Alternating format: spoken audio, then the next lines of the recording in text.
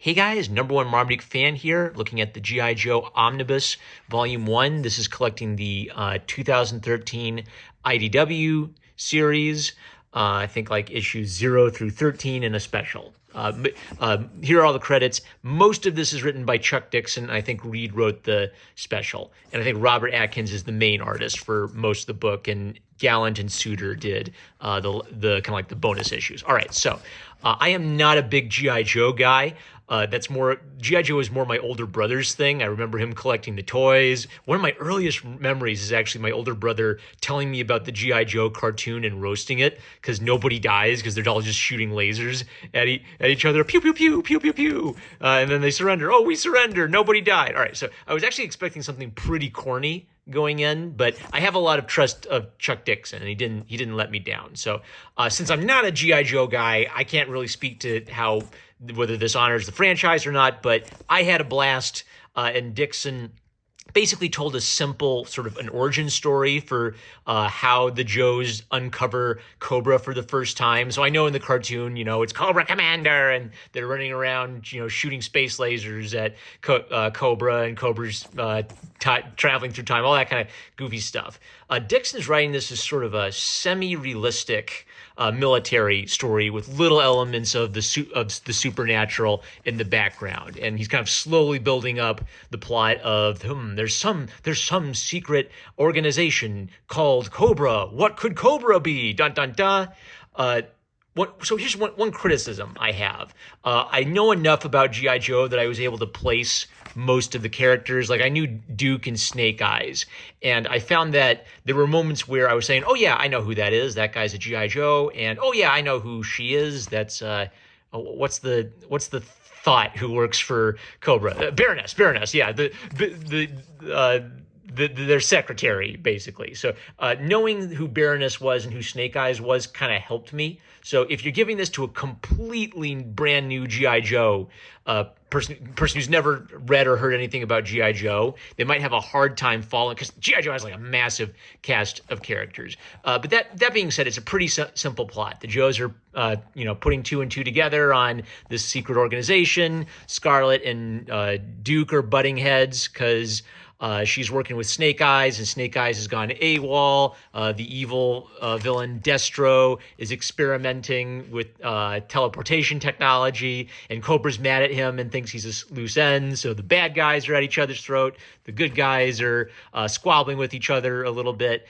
So here's something in praise of Chuck Dixon. I think he knows he knows what the appeal of this franchise is: soldiery, loyalty, fun good guys with guns, tactically taking out the bad guys.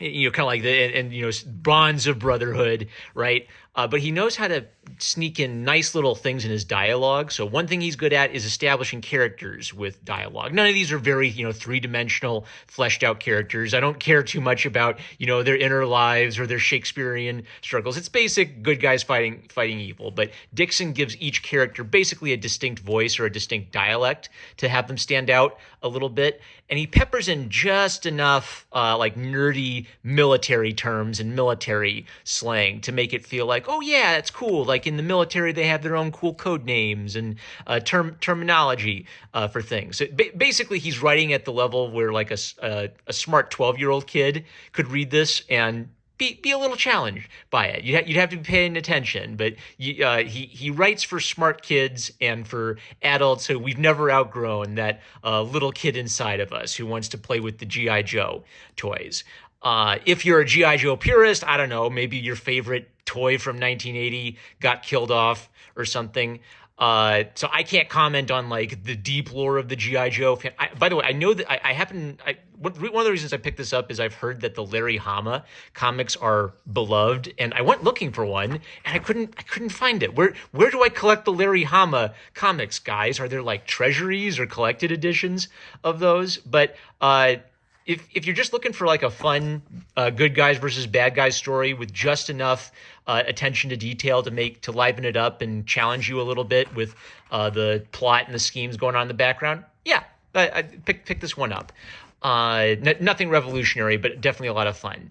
Real quick commentary on the print quality. So if you see my hand up against this, this is slightly bigger than like a manga book, and it's slightly smaller than a floppy edition. So this art is slightly shrunk. I was still able to read it okay. And it looked like there was some kind of print error on mine where like the ink spilled over and the pages were folded together. So not happy with the print quality of the book.